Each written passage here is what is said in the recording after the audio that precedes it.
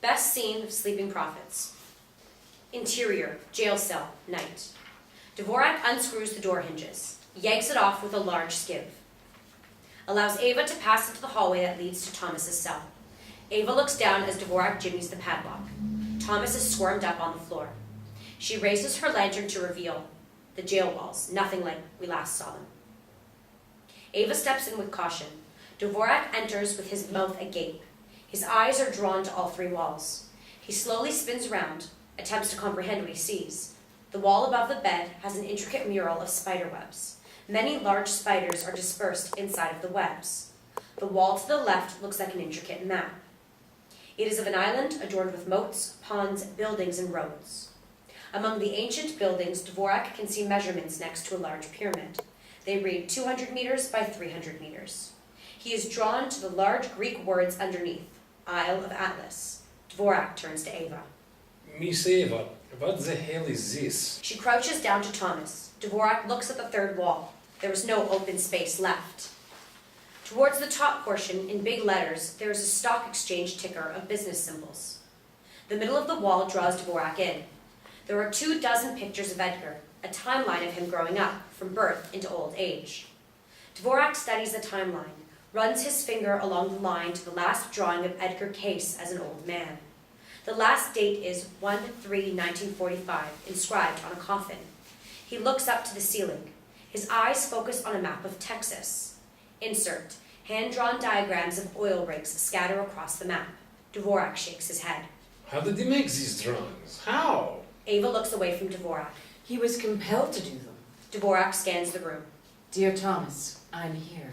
Thomas rubs his eyes. Do you remember the stanzas of Daizan? Who knows the secret? Who proclaimed it here? Whence? Whence this manifold creation sprang? He smiles at Ava.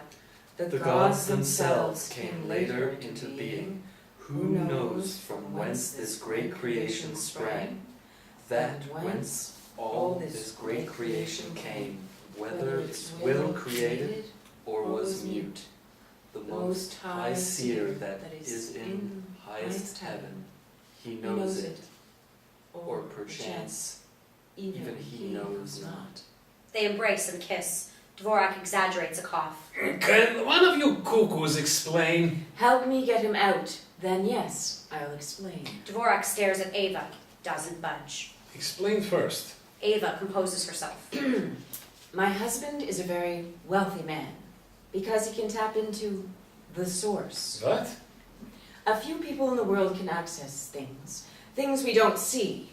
I don't really understand it, nor would you. Try me. Thomas has a gift, a power to tap into something that is there in the universe, the source of all answers. So, what is all this stuff? It will be your payment if you help me escape. Now! Dvorak looks up to the map of Texas. You know where untapped oil is? The source does. Thomas was blessed with access to monetary gain. Dvorak drops his tool. It seems Case taps into the source too, I guess for medical help. But he is not as versed as Thomas, or Mr. Lane is just a fraud. Their partnership muddles things. No, he is for real. I now know. He can only tap into medical information from the source. Myself, only monetary gain. And you thought he could save Kathy? Ava squeezes Thomas's hands. Dvorak looks over at Ava. Will he be a rich man? Beyond your wildest dreams. No more earners, Mr. Dvorak. I have a great memory. Get me paper and pencil and I will copy all this information for you. But I don't read. Ava steps closer to him, gently touches his arm. You can afford the best tutors, dear Mr. Dvorak. The very best. Start in Texas. Assemble a good rigging crew. All of it on one condition. Get us home and out of this ghastly place.